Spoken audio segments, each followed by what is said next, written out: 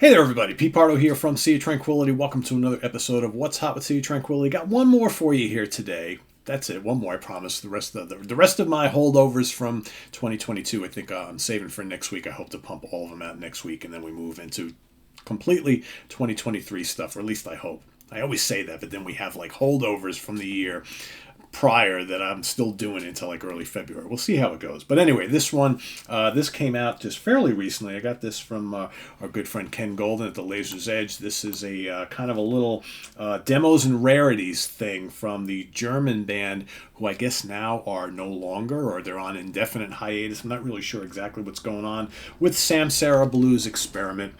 But Demos and Rarities is the new little collection here that we've gotten from World of Sound Records. So this band, like I said, they're a German band. They founded in like 2007. They've released not a lot of albums since then, but you've got their original demo, Long Distance Trip, came out in 2010, Revelation and Mystery World 2011, 2012, Center of the Sun, the little EP. You've had Live at Rock Palace 2013. Also that same year, another studio album, Waiting for the Flood, which is really good. In 2017, One with the Universe, which is also really good. And then End of Forever, which came out in 2020. That kind of signaled, I guess, for now, the end of the band. But those last three are really, really strong. Christian Peters is the main guy in the band. He formerly of Terraplane.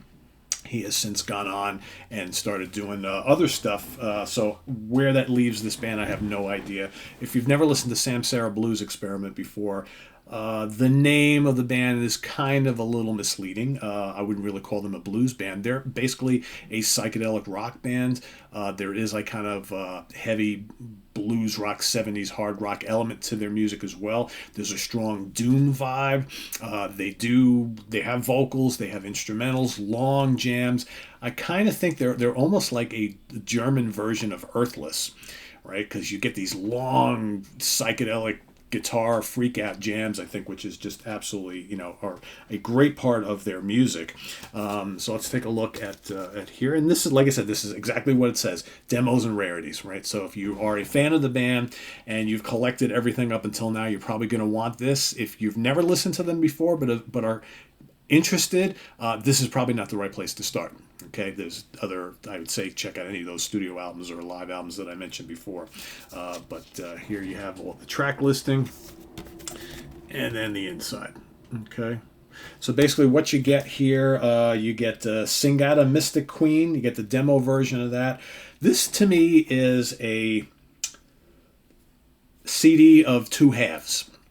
The first half is long tracks, explosive jams, it's heavy, it's psychedelic, and then the second half is like the acoustic stuff, the stuff with the sitar. I'm not really into the second half of the CD. The first half is amazing. So you get Singata Mystic Queen, the demo version of that, recorded July-August 2008. Recorded and mixed by Richard Brehens in the rehearsal room in Berlin. You get Double Freedom, the demo version of Double Freedom, recorded also in Behrens, or by Brad Behrens, sorry, in the rehearsal room, July-August 2008. These are the original versions of those two songs.